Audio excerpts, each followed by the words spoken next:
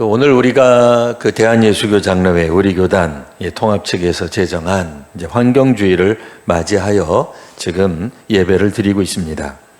우리는 예배를 통해서 하나님의 창조 세계를 기억하고 또 그 안에서 우리의 책임, 또 교회의 책임을 한번 되새겨 보고자 합니다.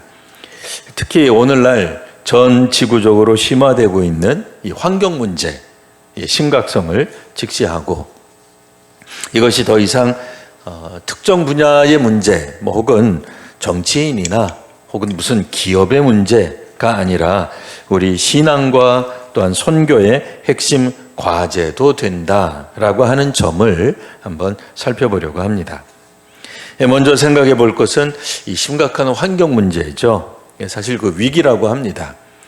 세계 미래학자들이 종종 그 환경 문제와 연관되어서 한 12시를 기점으로 지금 11시 54분이다, 55분이다, 그런 얘기 혹시 들어보셨는지 모르겠어요. 아마 또 지금은 1분 정도 좀 앞당겨졌다 그래요. 그러니까 해마다 갈수록 점점 이 지구 종말의 시간이, 그러니까 12시 땡 되면은 이제 지구가 종말한다는 거죠. 망한다는 거예요. 그러니까 그 시간이 점점 가까워 오고 있는데 지금이 저녁 10시쯤이 아니라 11시 50 몇 분, 이제 보통 그렇게 얘기를 해요. 안타깝게도 갈수록 시간이 점점 빨리 줄어들고 있습니다. 옛날 같았으면은 수백 년쯤 지난 다음에 그때 가서 지구가 멸망할까 이랬는데 이게 이제 점점 속도가 가속되고 있는 거죠. 우리 성도님들도 많이 들어보셨을 거예요. 지금 우리도 지금 실제 겪었던 게 그거죠. 불과 얼마 전까지만 하더라도 눈이 왔습니다. 한때 눈이 오기도 했어요.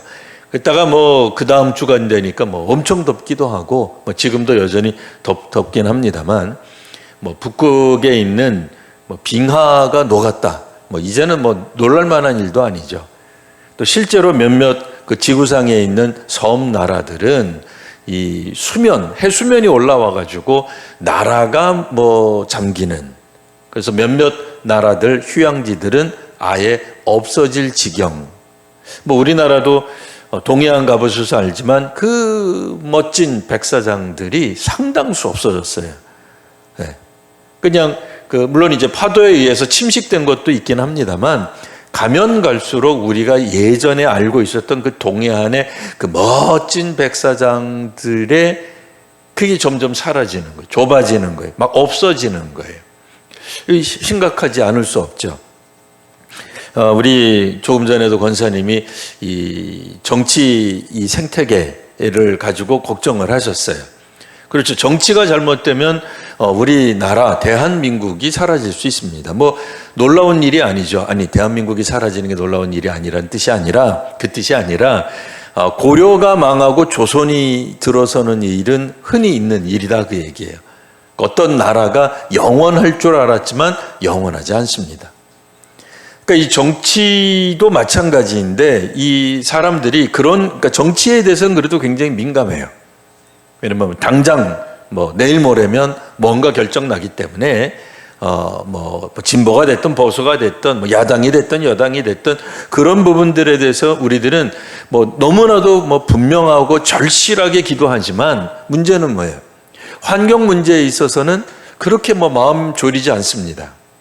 망해도 수백 년 후 그까짓 거 우리가 죽고 난 다음에 우리 자식들도 죽고 난 다음에 그 다음에 어쩌다가 지구상에 무슨 일이 벌어질까 하는 정도라고 생각하기 때문에 긴장감이 없어요. 그런데 요즘 보시면 긴장해야 될 것 같지 않으세요? 그러니까 점점 이 세계가 환경이 바뀌는 그 속도가 예전같이, 그러니까 미래학자들이 예상했던 것보다 훨씬 더 빨리 소위 말하는 환경적 종말, 그러니까 환경적 변화, 생태계에 우리가 전에 알지 못했던 놀라운 변화들, 대표적으로 수년 전에 있었던, 물론 이제 코로나 같은 일들이 다시는 있어서는 안 되겠습니다만 그런 것들이 소위 말하는 팬데믹이 된다, 그 얘기. 전에는 일본 뇌염, 일본 감기, 일본에 있는 거예요. 한국에 안 와요. 근데 어쩌다가 왔어요. 몇 사람 없었어요. 근데 지금은 코로나가 뭐 어디에서 출발을 했든지 간에 전 세계를 한 바퀴 휘감는 그런 일들이 일어났다는 거죠. 그리고 아시는 바와 같이 전 세계 의료진들이 그렇게까지, 물론 잘 막아내긴 했습니다만, 그렇게까지 뭐 초기 대응이 썩 좋지는 않았어요. 그러니까 이런 부분들을 우리가 생각해 볼 때에, 이게 어느 한 나라에서 문제가 벌어지면, 그러니까 그것이 그 나라에서만 일어났다가 끝나는 것이 아니라 전 세계가 함께 진통하고 아파하는구나 하는 부분들을 우리가 생각하지 않을 수가 없게 되는 겁니다. 그래서 전에 같으면 무슨 그린란드나 뭐 우리가 아는 뭐 알래스카 지역에서 뭐 북쪽에 있는 북극에 있는 빙하가 녹는 것이 걱정이다 어쩌다 그랬는데 그런 정도가 아닌 거죠. 그게 특별히 우리 북반구에 있는 우리 대한민국 뭐 남북한을 포함해 가지고 이런 몇몇 지역에 직접적으로 영향을 끼친다는 것이 뭐 이미 뭐 우리가 익히 아는 바입니다. 그래서 예전과 같이 우리가 뭐 그런 기상이나 뭐 혹은 그런 어떤 분야에 있어서 전문성은 뭐 여전히 우리가 없어도 뭐 뉴스나 SNS나 뭐 언론들을 통해 가지고 이게 간단치 않구나 하는 부분들을 알게 돼. 뭐 우리나라 어종도 지금 굉장히 많이 바뀌었다 그래. 우리야 뭐 직접적으로 어업 활동을 하지 않기 때문에 피부에 역시 와닿지 않습니다. 그러나 예전에 잡혔던 어종들이 점점 위로 올라가야만 겨우 잡을 수 있는 것들이 되는 거예요. 예전에는 뭐 우리 귤 제주도에서만 재배가 가능한 줄 알았는데 무트로 올라왔어요. 그래서 야 이제는 뭐 제주도 너희들만 귤 생산하냐 하면서 이 남쪽 지역에 있는 사람들이 뻐길 문제가 아니라 기후가 바뀐 거예요. 간단한 문제가 아니죠. 왜 간단치 않냐면 기후는 결국 그 나라의 어떤 생태계 전반에 걸친 것들이 다 바뀌게 돼 있어요. 우리 성도님들은 저보다도 훨씬 더 많이 이제 해외를 다녀보시잖아요. 가끔씩 우리 권사님들 안 오시면 어디 가셨어요? 그러면 목사님 저 어디가 거기 동남아 어디가 있어요. 근데 그 나라들 가보시면 집 가옥이라든지 의복이라든지 음식 같은 것들이 우리랑 확실히 달라요. 근데 다른 이유가 있어요.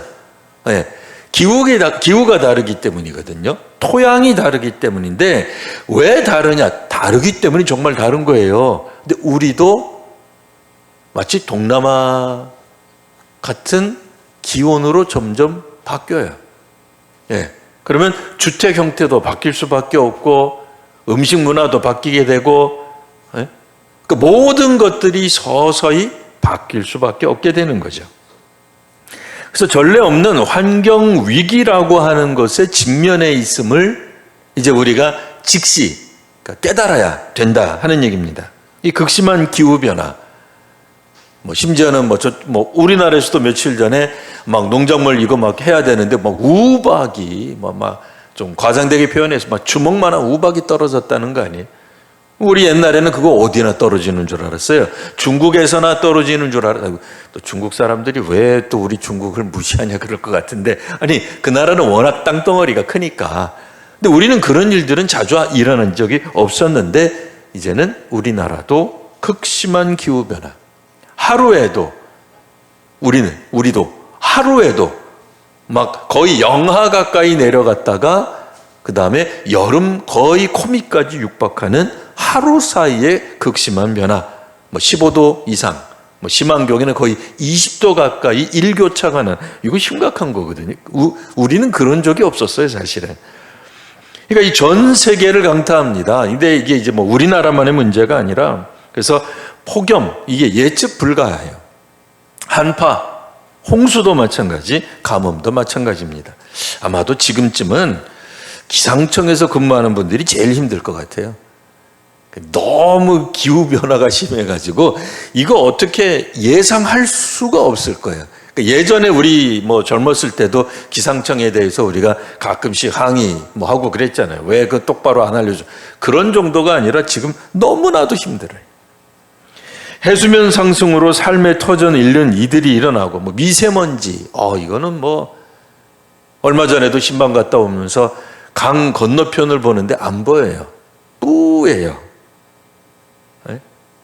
남산 그 밑인데 남산 타워가 뿌옇게 보이더라고요. 저는 제 눈이 잘못된 줄 알았어요. 근데 함께 했던 우리 성도님들 다 뿌옇게 보인대.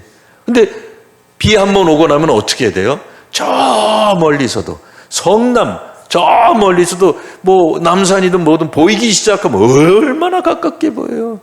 그런데 이 남산 바로 그 밑인데도 남산 타워가 뿌옇게 보여요. 이게 뭐 어느 나라에서 온 뭐 그런 얘기 하자는 게 아니에요. 예, 그런 문제가 아니라 우리가 마치 전 세계가 우리 몸과 같아요. 우리 몸도 엄지손가락 아프면 이건 뭐 온몸이 다 아픈 거잖아요. 그러니까 지구촌 중에 어느 데가 아프면 다 아픈 거예요. 교회도 마찬가지죠. 예, 권사님 한 번 아프면 다 아픈 거예요. 예. 뭐 누구는 행복하고 뭐 그렇지 않아요. 예, 다 아프게 돼 있어요. 그런데 그와 같은 것들이 가족에게는 우리가 너무나 와닿죠. 가족 중에 누구 하나가 병원에 입원해 있으면 가족 구성원 전체의 삶이 다 뒤죽박죽돼요. 근데 그건 가족이니까 우리가 쉽게 느끼는데 세계, 이거는 이제 뭐 와닿지 않은, 이제는 와닿는 거죠. 뭐 하다못해 전쟁, 우리하고는 전혀 관계없는 러시아하고 우크라이나가 전쟁하는데 왜 밀가루 값이 폭등하고, 왜 커피 값이 뭐 생두 값이 올라가고 세계 물류에 문제가 생기고 세계 경제가 막 완전히 뒤죽박죽 돼버려요. 그러니까 지금은 전쟁 어디서 국지전이에요. 아직은 러시아하고 우크라이나가 그럼에도 전면전이 아니라 국지전 양상이라도 전 세계가 함께 신음하게 돼 있어요. 이런 부분들에 대해서 우리가 이제는 예전과 다른 관심을 가지고 보게 된다. 물론 이제 우리의 관심사는 여전히 제한적입니다. 그래서 실제로 뭐 내란으로 인해서 뭐 민족 간에 같은 민족 간에 지금도 뭐 한 해에 수만 명씩 죽어나가는 그런 동네들, 그런 나라들이 있어요. 그러나 우리의 관심사, 대한민국의 언론에서 나오지 않기 때문에 우리가 모르는 것뿐이지. 실제로 아직도 여전히 수많은 나라들, 수많은 부족, 수많은 어떤 종족 사이에서 일어나는 분쟁의 문제. 그러나 이제 그게 이제 세계 무슨 경제나 정치에 크게 영향을 덜 주다가 보니까 이제 우리가 약간 무관심한 것뿐이죠. 여하튼 이 환경 문제는 뭐 단순하게 정치적으로 혹은 뭐 군사적으로 갈등 있는 그런 것을 뛰어넘어 이건 어디서 어떻게 일어나는지 잘 몰라요. 뭐 소위 말하는 경제 발전하고 같이 발맞춰 나가면서 생태계가 파괴가 되고 환경이 오염이 돼도 사람들이 그냥 그 부분에 대해서 그냥 넘어가는 경향성이 많기 때문에 그렇습니다. 그러나 이런 부분들, 특별히 사회적 약자와 개발도상국들은 환경 오염에 있어서 굉장한 피해를 받게 되죠. 이를테면 선진국의 쓰레기들이 다 어디로 가요? 제3세계, 소위 말하는, 요즘은 뭐 제3세계 그런 말 쓰지 말라고 이제 되어 있습니다. 어쨌든, 그래서 뭐 3분의 2세계, 뭐 이렇게 이제 바꿔서 얘기해요. 근데 바꿔서 얘기해도 결국은 그게 그거 같은데. 뭐 여하튼, 뭐 옛날 같으면 뭐 제3세계라고 부르니까 선진국, 개발도상국, 후진국, 1, 2, 3 순위 매긴 것보다는 전 세계의 3분의 2에 해당하는 그런 최빈국들, 그 다음에 약소국들, 그 다음에 뭐 옛날 개념으로 경제적 아직 발전이 돼야 되는 그런 나라들 3분의 2. 그래서 3분의 2 세계, 그래서 1, 2, 3보다는 좀 낫죠. 뭐 여하튼 뭐 3분의 2 세계에 우리가 갖고 있는 그런 환경 쓰레기 문제들을 그쪽에 다 갖다 버리는 거예요. 우리는 우리가 깨끗하기 때문에 잘 살고 대한민국이 물론 발전했습니다. 틀린 거 아니죠. 근데 우리가 버리는 쓰레기는 그러면 어디로 갈까? 어디인가는 가겠죠. 우리가 심정적으로 그럼 부정적 에너지는 어디론가 가는 거예요. 화를 한번 칵 내면 그게 이제 공중에서 사라지는 게 아니라 상대방이 누군가가 충격을 받겠죠. 데미지를 받는 거예요. 그런 것처럼 우리의 환경, 이제 쓰레기 같은 걸 어디론가 가는 거예요. 그래서, 재생산을 해야 된다. 리사이클이 돼야 된다. 이게 굉장히 중요한 세계적 이슈가 되는데 왜 이게 사회적 약자와 개발도상국들은 큰 피해를 받는 거냐? 리사이클하는 기술은 개발도상국에 있을까요? 선진국에 있을까요? 선진국에 있겠죠. 근데 이 선진국 사람들이 그러는 거예요. 개발도상국 사람들 보고, 야, 너희들 그러면 환경 문제 큰일 난다. 심각하다. 그런 거 하지 마라. 에? 우리 같으면 R200 뭐 이런 거 해야 된다. 뭐 자꾸 얘기하는 거예요. 조금 더 설명을 다른 관점에서 드리면, 핵을, 여러분 그 핵 아시죠? 핵무기. 지금 세계가 갖고 있는 핵무기 터트리면 지구가 뭐 12번 더, 아니 12번이라고 하는 건 진짜 숫자적으로 12번이 아니라 완전히 멸망할 수준의 핵무기를 가지고 있습니다. 네. 그러니까 핵을 보유한 국가들이 뭘 만들겠어요? 핵 금지 조약 뭐 이런 거 하는 거예요. 그래서 대한민국 핵 만들면 안 돼. 이런 거 하는 거예요. 네. 그러니까 핵을 가진 사람들이, 그러니까 핵 선진국들이 핵 후진국들 보고 뭘 강요하겠어요? 너희들은 핵을 만들지 말아라. 이제 하겠죠. 왜? 핵이 터지면 지구가 다 죽으니까. 말은 맞는데 한참 생각해 봐야 돼. 말은 맞는데 왜 지들은 갖고 있으면서 우리 보고는 만들지 말라 그러지? 뭐 어쨌든 복잡해져요. 응? 프레온가스 칙 하는 거. 그거 많이 싸면 안 돼. 그렇죠. 우리도 그거 심각하게 생각해요. 그런데 선진국은 그런 것들을 좀 더 친환경적으로 만들 기술을 가지고 있는데 개발도상국은 그런 게 없어요. 없는데 뭐라고 얘기해요? 너희들 그런 거 하면 안 돼. 그러면 그 사람들은 이 스프레이 어떻게 사용해요? 이게 쉽지가 않아요. 이게 복잡해요. 지금은 옛날처럼 단순히 친환경 그러면 끝나는 게 아니라 친환경을 할 수 있는 기술을 가지고 있는 나라들이 그러면 소위 말하는 개발도상국의 친환경적인 그런 어떤 기술력들을 보급하는가?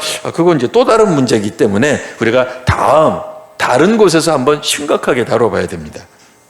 여하튼 이런 환경 문제는 정말 더 이상의 먼 미래가 아닙니다. 왜냐하면 개발도상국은 개발도상국이기 때문에 어쩔 수 없어요. 그들도 열심을 내야 돼요. 그래서 환경적으로 나쁜 어떤 원료인 줄 알지만 그거를 써야 원가를 낮출 수 있기 때문에 계속해서 만드는 거예요. 소위 말하는 메이드 인 차이나가 전 세계 식당, 집안, 뭐 아마 모르긴 몰라도 우리 교회 내에도 메이드 인 차이나 부품이 어디엔가 다 있을 거예요.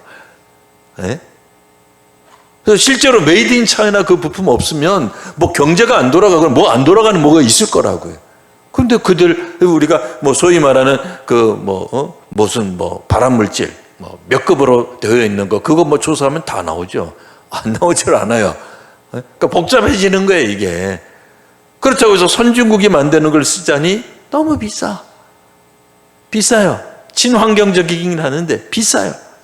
계란도 마찬가지 아니겠습니까? 소위 저공해, 뭐 무공해는 뭐 없다는 거 뭐 다 아실 테니까요. 저공해적인 어떤 그런 방법을 가지고 만든 계란은 한 알에 거의 1,000원에 육박해요. 뭐 800원 뭐 이래요. 그러니 그게 좋은 걸 알면서도 사 먹기가 주저하는 게 되는 거죠. 그러니까 친환경적인 거는 비싸고, 그 다음에 조금 문제가 있는 것들은 값이 싸고. 자, 이 심각하지 않겠습니까? 성경에서는 뭐라고 말씀했습니까? 모든 만물을 하나님 지으시고 보시기에 좋았더라 라고 말씀을 하셨죠. 그래서 인간은 하나님의 형상대로 지음받은 이 피조 세계를 다스리는 청지기 직분을 받았다라고 하는 것입니다. 그래서 오늘 우리가 창세기 본문에서 읽은 것처럼 그 사람을, 그러니까 아담을 이끌어서 에덴 동산에 두어 그것을 경작하며 지키게 하셨다라고 말씀을 하셨어요. 경작하는 거, 생산적인 활동을 하도록 하셨어요. 근데 무조건 생산만 해내는 것이 아니라 지켜야 되거든요. 돌보고 보호해야 합니다.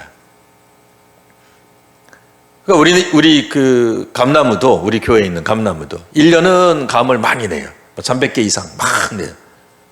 그 다음에는 300개 못 내요. 그러다가 그 다음에는 또 많이 내요. 왜 그래요?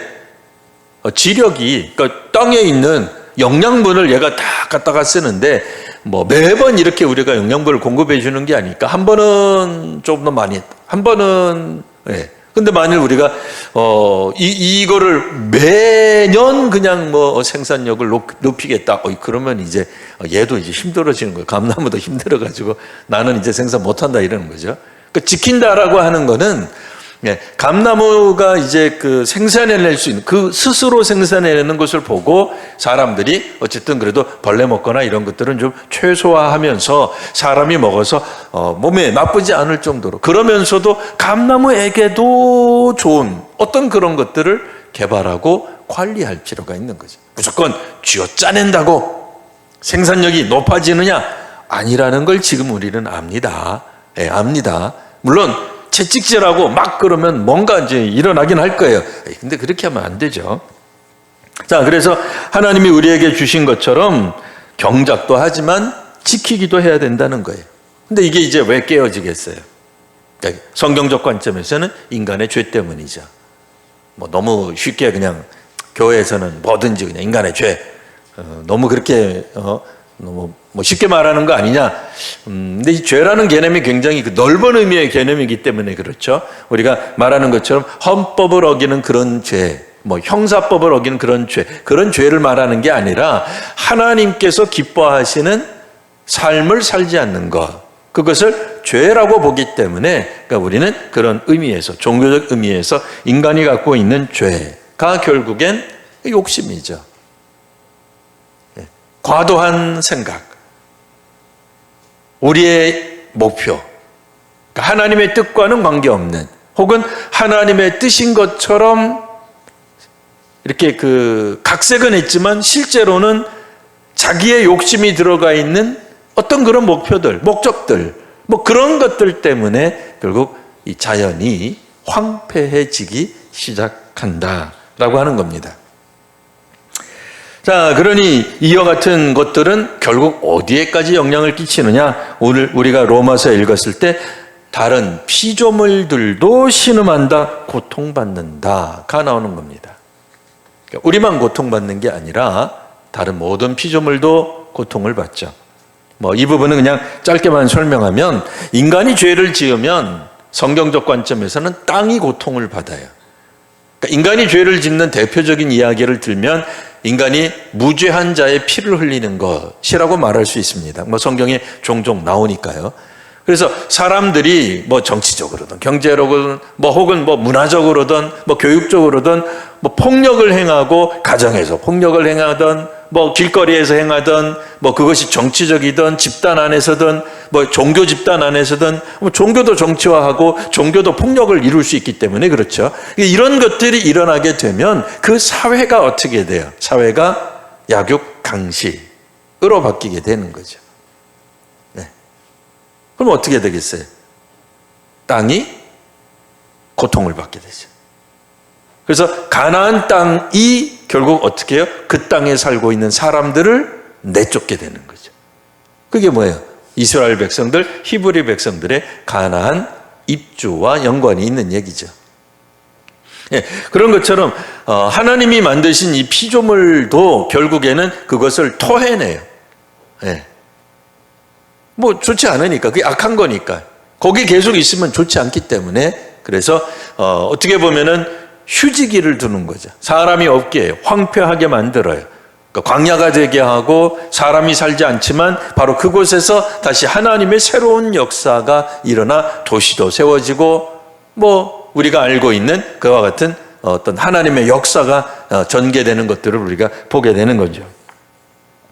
자, 그러니 이 피조물의 구원은 인간의 구원과도 동떨어진 것이 아니다라고 하는 겁니다. 물론 우리들이 종종 이야기하듯이 뭐 재미삼아 웃자고 하는 이야기처럼 이야기를 해요. 우리 동네 요즘은 뭐 반려묘들이 얼마나 많습니까?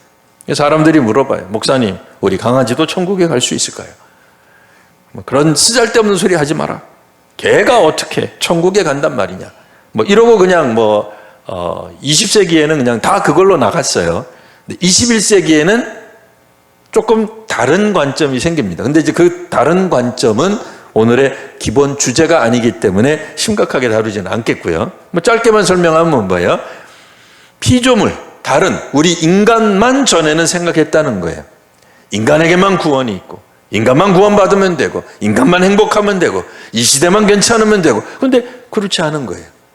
생명이 없다고 생각하고 혹은 영혼이 없다고 생각하는 다른 피조물들에게도 하나님의 섭리, 하나님의 뜻이 있다는 관점이 생기게 돼요. 저는 지금 동물들에게 영혼이 있으니까 그 영혼들도 세례받고 구원받아야 된다, 그런 얘기한 게 아닙니다. 그런 얘기한 건 아니지만 그 이전에는 하나님의 섭리, 하나님의 역사하심에 반려묘, 반려견, 다른 생태계, 피조물 없었어요. 조금 거칠게 들리실지 몰라도 옛날 미국 남북 전쟁 때 흑인에게는 영혼이 없다고 생각했어요. 조금 불편하게 들리실지 모르지만 불과 수십 년 전만 하더라도 여성에게는 투표권이 없는 나라가 굉장히 많았습니다. 잘 생각해 보실 문제예요. 네. 그러니까 저는 지금 다른 피조물에게도 구원을 그러니까 그런 개념이 아니라 하나님의 섭리의 관점이 분명히 있어요. 있는데 물론 우리들은 예수님과 더불어 천국에 관한 얘기는 오롯이 우리 사람 위주로, 사람 중심으로만 기록되어 있기 때문에 거기에 관심을 갖고 그것만 이야기를 할 뿐입니다. 하지만 오늘 우리가 읽은 로마서에도 나와 있듯이 피조물들이 고대하는 바는 뭐냐? 하나님의 아들들이 나타나야 된다. 왜냐? 21절 그 바라는 것은 피조물도 사람이 아니에요. 여기서 말하는 건 사람이 아닙니다. 피조물도 썩어짐의 종로로 한 데서 해방되어야 되겠더라, 그 얘기예요. 그러니 우리가 이런 관점에서 오늘날 기독교회가 혹은 성경이, 그리스도인들이 환경 문제에 대해 한번 생각해 봐야 되지 않느냐라는 인식의 전환이 일어났다, 그 얘기를 지금 드리고 있는 겁니다. 그래서 이런 환경 문제는 기독교 선교에 있어서 굉장히 그 핵심 과제로 사실은 예전부터 다루었습니다. 우리나라가 기독교가 좀 늦게 전파가 됐죠. 140년밖에 안 됐기 때문에 우리는 이 부분에 대해서 관심을 가지기가 어려웠어요. 왜요? 우리 인간의 구원도 지금 어려운데, 그렇지 않아요? 우리 가족들도 구원받기가 어려운데 무슨 생태계 구원, 무슨 피조물 구원까지 생각을 하겠어요. 그리고 분명히 그 피조물에 대한 구원은 인간 구원하고는 분명히 다른 측면이 있죠. 그렇잖아요. 나가서 우리가 전도를 하겠어요. 또 산 보고, 야, 산아, 너 예수 믿어라, 이렇게 할 수도 없잖아요. 그러니까 그런 차원이 아니기 때문에 사실 우리들은 그런 거 할 수도 없었어요. 왜냐면 교회가 박해받았어요. 140년 전 조선시대 때 조선교회는 박해 가운데 있었어요. 일제가 들어가서, 일제 초기에는 없었어요, 박해가. 그러다가 잘 아시는 바와 같이 이제 만세 사건이라든지 3.1운동이라든지 그 밖에 여러 가지 어떤 그런 활동들 속에서, 그러니까 민족 애국 활동 가운데 교회의 어떤 그 협력, 교회의 협조, 교회의 어떤 물론 이제 교회라고 하는 게 예수 믿는 사람들이죠. 아시다시피 독립선언문 중에 상당수가 기독교인들이 포진되어 있지 않습니까? 그러니까 이런 활동들로 말미암아 결국 일제 시대 때도 기독교회가 박해를 받죠. 공산 치하 때는 우리 다 아실 테니까요. 더 설명 필요 없을 거고. 그러니까 그런 측면에서 한국 교회는 선교 초기서, 그러니까 우리가 복음이 받아들인 초기서부터 상당한 기간 동안 계속해서 박해를 받았기 때문에 생태계적 구원 이런 거 생각할 겨를이 없었어요. 우리가 지금 생존이 지금 위태로운데 무슨 생태계 그런 거 언제 생각하겠어요? 그러나 지금은 아니잖아요. 지금은 교회가 여전히 옛날 같지는 않아도 그렇게 박해받는 시대는 아니기 때문에 비로소 우리 한국 교회도 관심을 가질 수 있게 되었다 하는 얘기입니다. 그래서 기독교는 피조세계 보존과 관련된 중요한 통찰들을 선교 역사에서 보여줬습니다. 심지어는 초기 교회 교부들, 교부들은 언제 사람들이냐면요, 12제자 죽고 난 다음에 그 다음에 교회, 기독교회, 그러니까 초대교회의 그 다음번 지도자들을 교부라고 불러요. 그러니까 사도들이 죽고 난 다음에 교회 지도자들을 교부라고 부르니 이게 벌써 꽤 되는 거죠. 근 2000년 가까이 되는 거죠. 예, 그때부터도 창조신학에 관한 이야기들을 했습니다. 또 중세 시대 때는 물론 우리 개신교는 아니지만 수도원 운동을 통해 자연과 더불어 사는 그런 삶의 방식, 이런 것들을 추구한, 모든 수도원 운동이 다 그런 건 아니지만 그래도 상당수 수도원 운동들이 그런 부분들을 추구했습니다. 19세기, 20세기 초, 20세기 그러면 또 언제냐? 1900 몇 년들, 19세기는 1800 몇 년, 뭐 그런 때예요. 소위 말하는 그때 당시의 선교는 우리 뭐 동양에서는 거의 선교가 없었죠. 동양교회는 그때는 뭐 선교를 받는 입장이었지 선교할 수가 없었죠. 그러니까 이제 서구 중심으로 이제 선교가 있었는데, 그때만 하더라도 약간 우월적 태도로 선교를 했어요. 그러니까 서구 교회가 본의 아니게, 왜? 서구 국가가 뭐 대항해 시대, 뭐 이거는 뭐 대륙 간에 배 타고 가는 거니까, 이거는 뭐 소위 말하는 이 현대적 개념으로 말하면 선진국이나 가능한 거 아니겠어요? 네. 그러니까 이를테면 나무로 만든 배로도 이게 멀리 간다는 게 이게 쉬운 문제가 아니죠. 그 상당한 기술이 필요한 겁니다. 그러니까 조그마한 그냥 어선 가지고는 대륙을 넘어서서 갈 수가 없죠. 엄청나게 큰 배를, 그러니까 거북선 수준이 아니라 그 전투함 말고요. 굉장히 큰 이제 그런 시설들을 갖춰야 비로소 이제 다른 나라로 갈 수 있는 그런 항해가 가능한 거죠. 근데 이거는 어떻게 보면 소위 말하는 문명화된 선진국이라고 말할 수 있는 거죠. 물론 무기도 세죠. 칼 정도가 아니라 포가 있죠. 활 정도가 아니라 총이 있죠.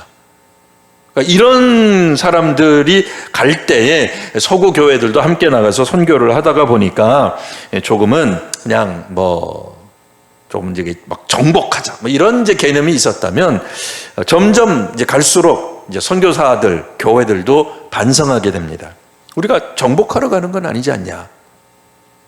그래서 현지를 좀 더 그 생태계를, 지역을 좀 보존해야 되지 않겠느냐, 이런 생각들을 하게 됩니다. 그래서 우리가 잘 아는, 예전에 들어봤던 슈바이처 박사, 아프리카 선교에 있어서 굉장히 중요한 인물이죠. 아프리카에서 의료 선교를 하면서 모든 생명을 존중하는, 모든 생명, 흑인들도 생명이죠. 근데 우리가 지금 이야기할 때는 목사님 저거 별것도 아닌 것 같은데 왜 이렇게 이렇게 열 내면서 하냐. 근데 그 시대에는 이거는 상상하기 어려웠던 거예요. 그때 당시, 그러니까 이 활동하던 시대에는 이거는 흑인은 이거는 그냥 개돼지 취급하던 그런 시기였거든요. 네. 자, 어쨌든 이런 환경윤리 굉장히 중요한 거죠. 오늘날에도 마찬가지 아니겠습니까? 그러니까 계급으로 나누어가지고 카스트 같은 위의 계급, 우리 조선시대로 말하면 양반계급, 사, 농, 공, 상, 순서대로 나가는 거죠. 선비, 농업, 상업, 그 다음에 이런 식으로 쭉 나가면서 노비, 이런 건 인간도 아닌 거죠. 그러니까 공장 노동자, 이런 건 인간도 아닌 거죠.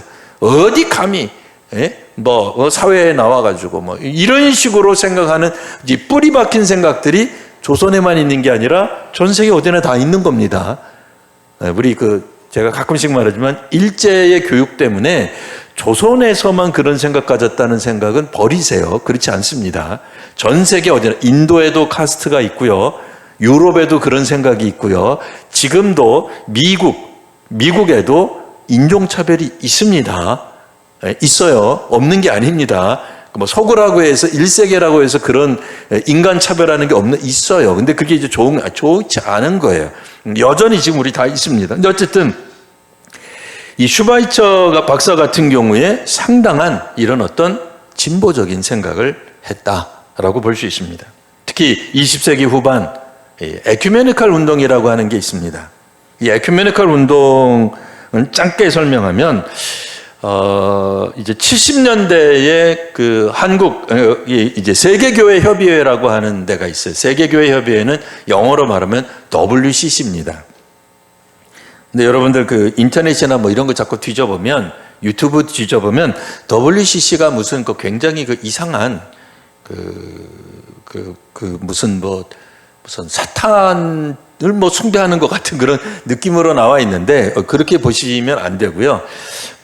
WCC라고 하는 거는 본디 우리 선교사들, 그러니까 서구의 선교사들이 활동해서 현지에서 어떻게 하면은 현지 교회와 더불어 주의 복음을 온전히 전할 수 있을까를 고민하면서 생겨난 게 결국에는 WCC가 됩니다. 우리 교단, 대한예수교 장로회 통합 측도 WCC의 회원 교단입니다. 그리고 다시 한번 말씀드리지만 WCC가 말을 하는 그런 것은 없습니다. 그러니까 그 WCC가 주장하는 건 모든 교회는 그리스도 안에서 한 몸이다를 말을 하는 것이지, WCC의 어떤 회의에서 이야기한 걸 회원 교단들이 무조건 따라야 되는, 그렇지 않습니다. 각 나라마다 각 교회의 독특성을 인정합니다.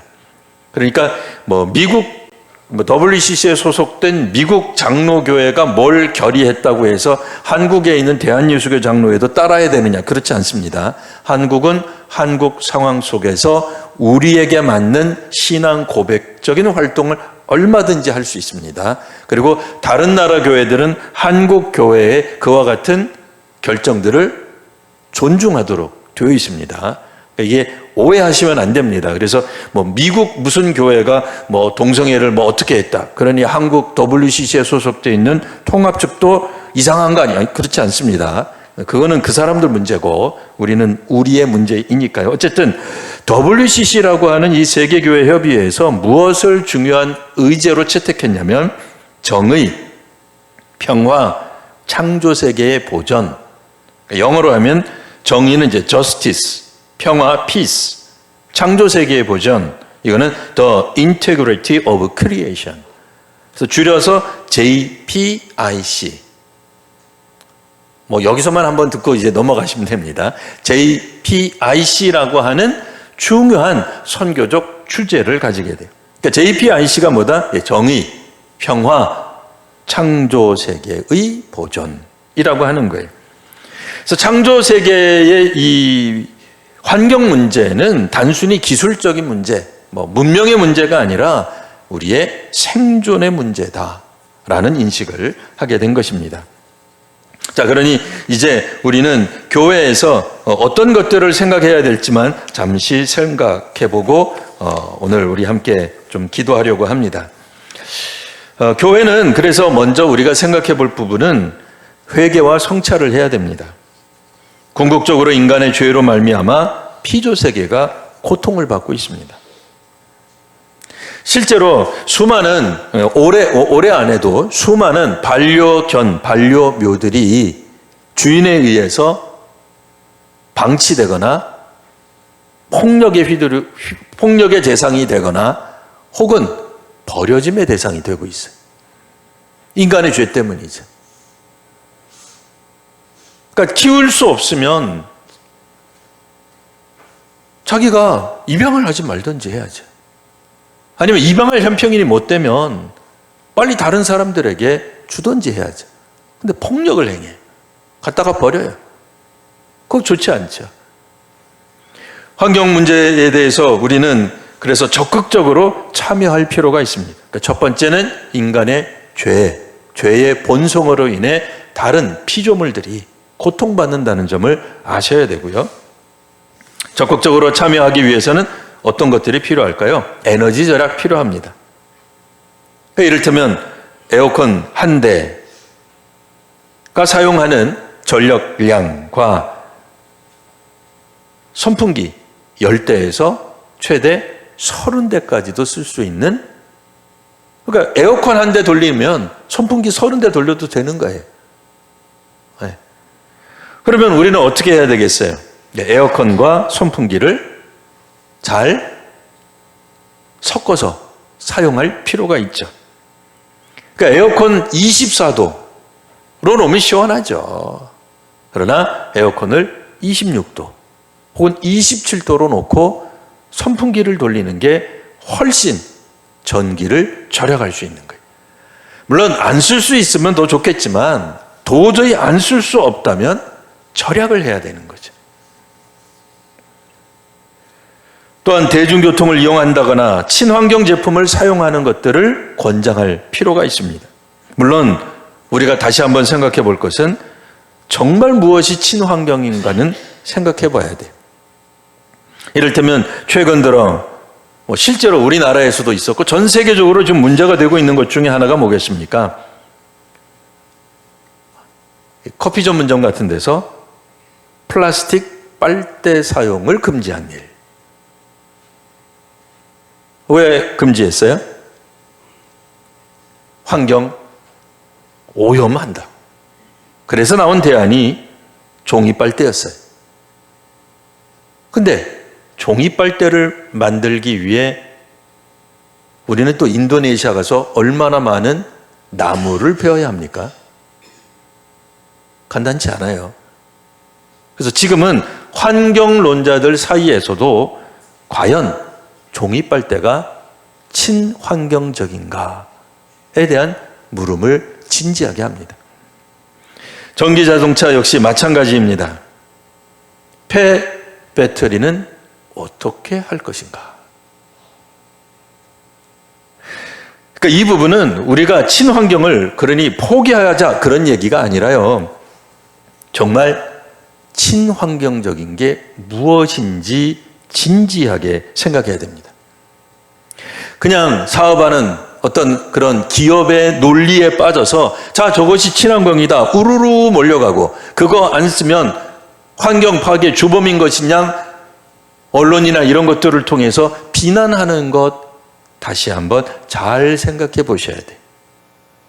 그럼에도 다시 한번 제가 주장하는 것은 강조하고 싶은 것은 친환경적인 제품 사용하는 일 포기할 수는 없습니다. 걱정하시고 고민하시고 생각하셔야 돼요. 그래서 생태계적인 선교의 확장이 일어나야 될 것입니다. 그냥 우리만 대형 교회가 되고 선진국이 되고 우리만 에너지를 다 쓰는 것이 좋은 것이 아니라 정말 더불어 함께 살아가는 생태계를 만드는 것. 이런 것들이 필요한 것들이죠. 생태계라 하면 그 안에 아름드리 나무만 있는 것이 아닙니다.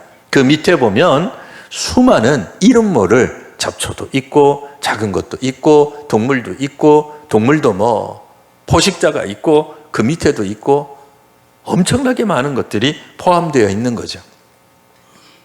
인간 위주로 살아갔다면 이제는 조금 더 다른 피조물들도 생각하는 것, 이런 것들이 필요한 거죠. 우리 이와 같은 것들은 뭐 생태계뿐 아니라 사실 우리 삶에도 그대로 적용이 될 것입니다. 뭐 가정에서도 적용이 되실 수 있고요. 뭐 일반 회사나 어떻든 뭐 정치나 경제나 사회 전반에 걸쳐서 우리가 과연 더불어 문자 그대로 정말로 함께 살아간다는 게 무엇인지 심각하게 생각해 볼 필요가 있을 것입니다. 오늘 우리가 생각해 볼 때 이 아름다운 창조 세계를 하나님이 우리에게 맡겨주셨는데 이 세계를 잘 가꾸고 보존해야 할 것입니다. 환경 문제는 더 이상 회피할 수 없는 현실이요. 또 우리의 신앙과 또 선교에 있어서 중요한 부분이 됩니다.